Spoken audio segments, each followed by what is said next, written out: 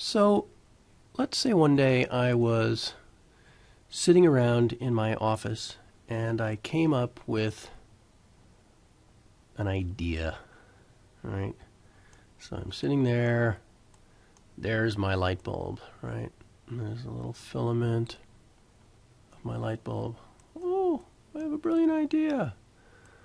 I want to build a thing and I want to get some, I want to build a product and I want to put together all the different pieces of it and I want to market it and I want to come up with all sorts of wonderful notions of putting together this business plan that I have. And what I want to do is I want to build what let's call the why don't we call it the kernel or the really incredible core part of it, right? And that's kind of a shiny object. So there's the shiny center of my business, and it's a beautiful thing, and only I know how to do it. And if I can figure out a way to get this thing done and bring it to market, then lots and lots and lots of people will buy it. And so this is the normal situation of the entrepreneur, right? They start out with this idea over here, and then they start out with an idea, and it's usually based on something that they're really good at, something that they can do better than anybody else can do. And there's any number of examples of this. The thing that happens usually, though, with the entrepreneur is when they try to do something clever with their idea, they come up with the other bits and pieces that have to do with running a business, and that's where they sort of get stuck. For example, if you wanted to incorporate your business, the first thing that you're going to get in the mail is you're going to get a nice big envelope, and it's about a half an inch thick, and you're going to get a nice big thick envelope from the IRS. And the IRS is going to come along and say, hey, congratulations, you're in business. That's fantastic. We're going to need you to do quarterly income tax filings, and we're going to need you to make sure that you keep your books. And if you hire any employees, we're going to want you to do income tax withholding and report on that. And then all of a sudden, the piece of work that you have to do with regard to sort of IRS gets to be part of running your business.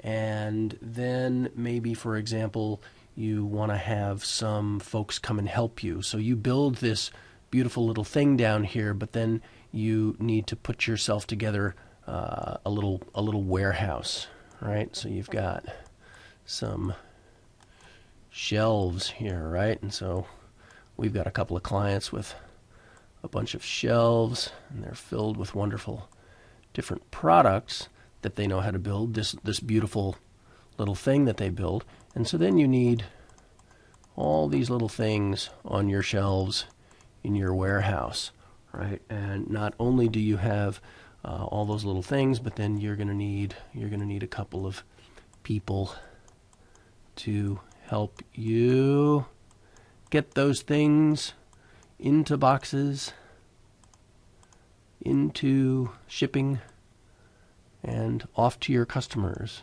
right? And there's a guy, shipping helper.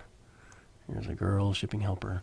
And so now all of a sudden, in addition to this IRS reporting thing that you've got to get done, you've also got in your building, here's your special little thing, the thing that you love to do that you did in your garage or wherever it was that you created the thing.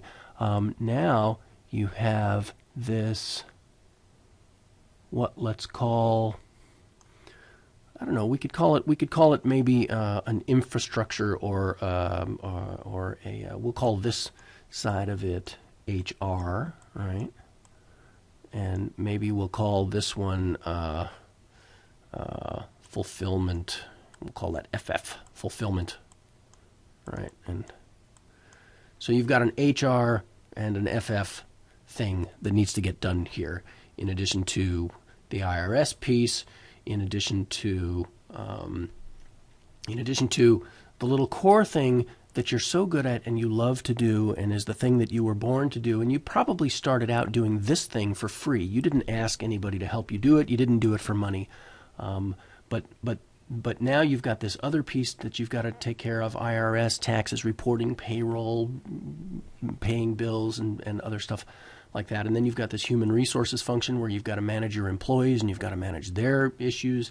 And then you've also got your little fulfillment thing where you're running a warehouse that you're using to ship the thing, or maybe your fulfillment thing is actually software development. You've got to manage programmers, which is another thing. But you've got stuff going on. You've got things to look after, and before you know it, where you end up with is you end up in a situation where the thing that you're doing accounts for maybe this much of the workload, and then maybe the IRS administrative part that you're doing accounts for this much of the workload, and then maybe the human resources and fulfillment bit of the world ends up accounting for this much of the work that you're doing. And what happens is, for the entrepreneur, almost all the time, is the thing that got you stoked in the first place, you end up without a whole lot of your day. If this is time,